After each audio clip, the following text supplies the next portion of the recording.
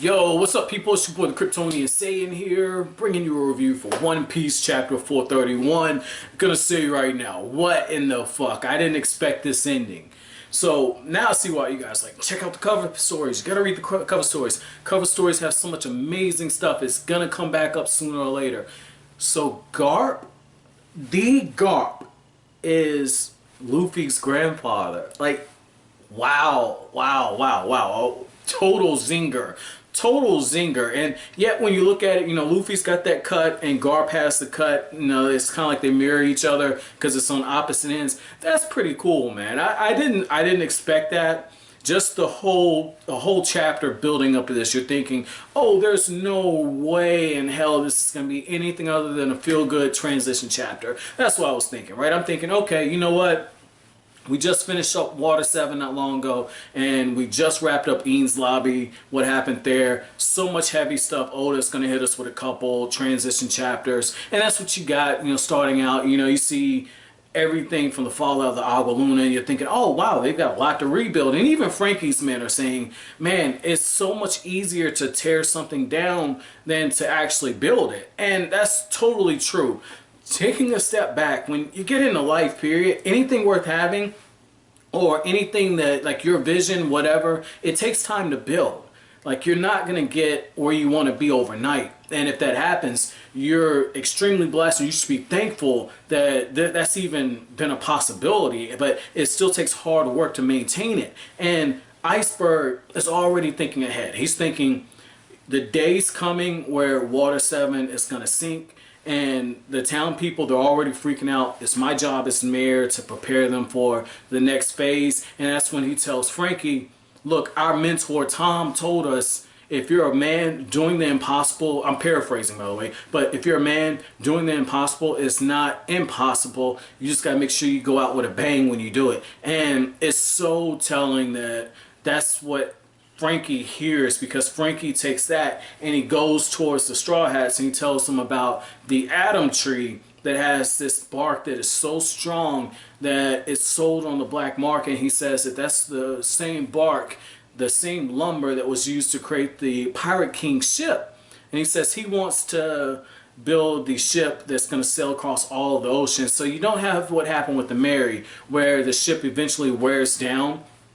And I guess it's safe to assume that whatever lumber it was made out of was, I'm not even a Catholic, but I gotta do that. Like, whatever lumber was made out of was probably some fodder lumber, or maybe like a few steps above fodder, because the Mary didn't make it too far. It made a couple of villages, and I know, so that's why I do like the crosses, because it's disrespectful, because it did drop like 7,030 million feet from the sky, so totally understand how that might rub some people the wrong way, because I know that the Mary is a really popular character in One Piece.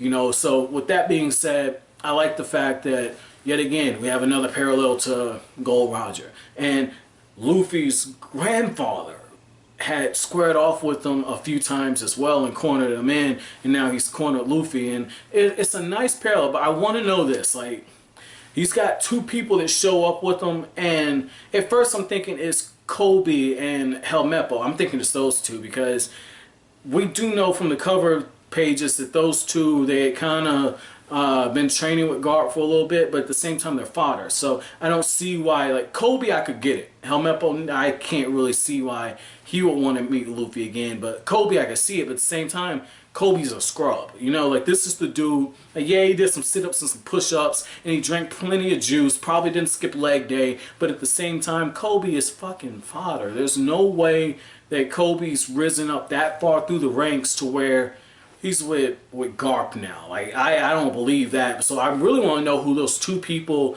that he says that he wants to meet Straw Hat Luffy are.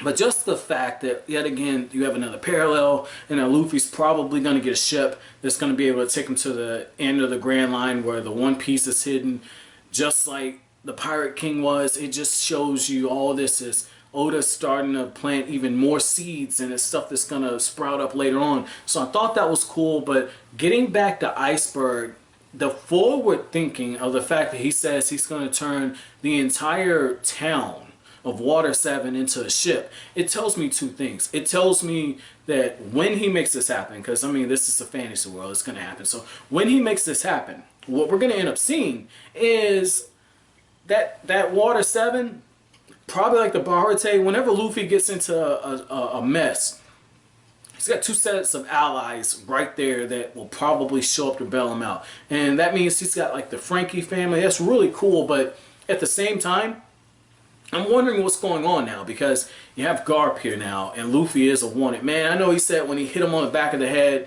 you know, he said a fist hit with love cannot be blocked, and that's a little poetic, you know, I get it. And it's also, like I said, it's a play, because a lot of times in like the shonens and everything, like when you see the main characters being hit, and it's usually by somebody in the cast or somebody close to them, you know, it's not like, oh, they're just doing this to be a bitch or whatever. It's not that. It's more they're doing it for either comedic reasons or to show that they care, like, hey, you big dummy. And with Garp, it's just like, wow, that's a total zinger. I didn't see that coming. Like, I got to go back and check some of those cover pages out, because I'm thinking, well, damn, I know that, you know, Garp was training Kobe, but I didn't see that coming. So that's going to be interesting, and I don't know if he's going to let them leave out. But the fact that Zoro was freaking out and he says, I gotta go tell Luffy, and he's like, well, where am I? Like it really reminds me of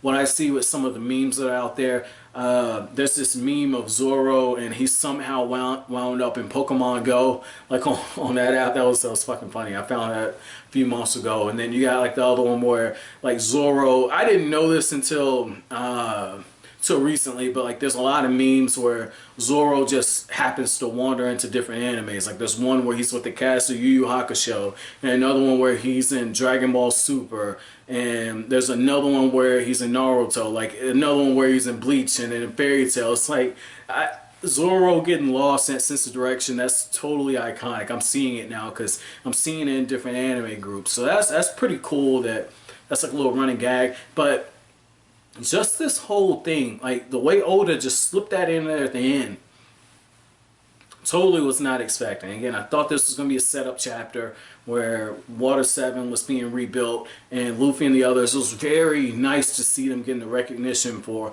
actually doing a good deed. You know, people like, I want to take a picture of them, I want to interview. And on one hand, I get it. You don't want them to have too much press out there, because then you make Water 7 potentially a target of the government. So I get it, because they're probably going to get those papers as well. Word travels. So I totally understand why, you know, somebody with some brains probably said this isn't a good idea. But at the same time, you know, if Luffy and them were thinking politically, they could kind of mix some stuff around. But I thought it was also interesting that bark is why Franky actually took the 200 million berries. Because if you guys remember, it wasn't told to us why he took the money that Nami and them had. It's just that he took the money and he bought something with it. And that's why he bought the bark, because he wanted to build a ship. And he's like, before I know it, I started doing designs. And it's just like, it's ironic. You know, Franky tells Iceberg that he's a lot like their former mentor. And now he's doing the same thing their former mentor is doing, the same thing that he was accusing Iceberg of doing. It just shows you those two, they're two pieces of the same pot. Even though, you know, one's a little more rough around the edges than the other, they both genuinely have good hearts. You know, it's really nice to see that just with their characters. So that was pretty cool to see that. Also, I like the scene where Nami gets a tangerine tree back. I totally forgot that she even had that thing. And then as soon as I saw it, I was like, oh, that's right. Sanji was watering it, and Nami was like, oh, good job, Sanji. Fucking simp. Like, I love that, like, Oda just brings in these small things like this that gets the reader back in, and like every character has gotten something. Like with Usopp, you know, he's like, oh yeah, your bosses are still fighting, and he's a little conflicted because he's like, I can't show myself to the crew. I want to rejoin them, but I also want to make these guys go back to Dory and Brogy. So I mean, it's really cool how just little small things. And you got that one line in there where Nico Robin's just like, I'm not going anywhere. It's like, I totally get it. You know, Chopper's just like, oh my God, she could leave me again. And I'm just waiting, right? Like, Chopper ain't fooled me. Like, Chopper talking about something. I went and I checked on the Franky family. Now, Chopper was, that's what Chopper was doing. Chopper came back like, yo, I mean, sis, she ain't go nowhere. Like, that's what Chopper was doing, man. Like I said, overall, it was a pretty good chapter, man. Pretty good chapter. Chapter was on point, man. My chapter question to you guys is, what was your reaction when you saw Luffy's grandpa show up? Like, what were your thoughts? Were you surprised that his grandpa showed up and then he was the one who broke Luffy out of his slumber, which is pretty impressive. Luffy is fucking eating while he's actually asleep. He's sleep eating. Like you have these different things that pop up on different Facebook groups where like who would win in the eating contest. You have all like the shonen main characters. I think Luffy will win because if Luffy can eat while he's sleeping, I've not seen another person do that. I think he takes the eating contest. But overall, a very good chapter. If you like anything I had to say, don't forget to comment, rate, subscribe, share. I will greatly appreciate it. Thank you so much for watching to the end. Have an awesome day.